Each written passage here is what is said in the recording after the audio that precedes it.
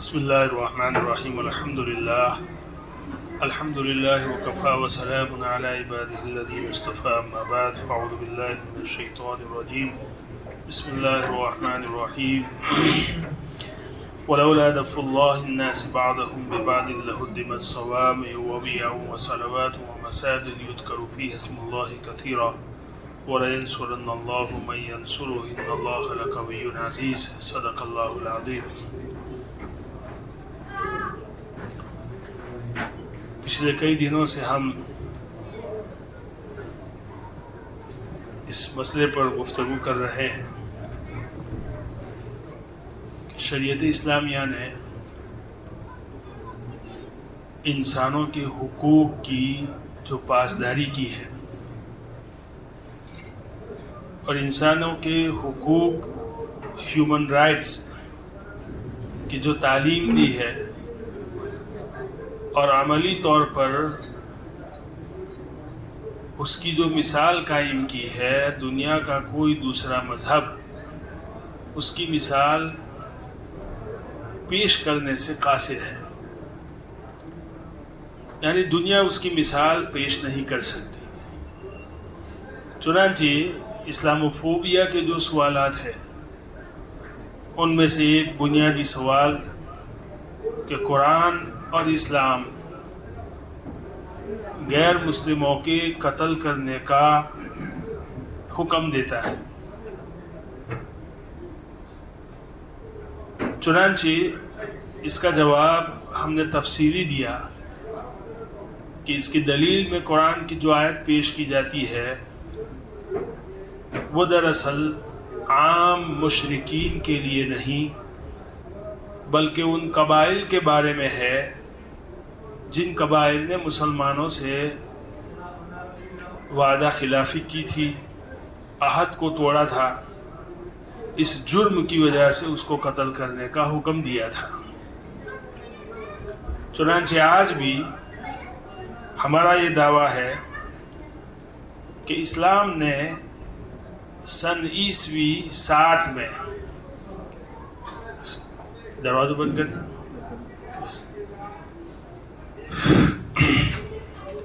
7ویں عیسوی میں اسلام نے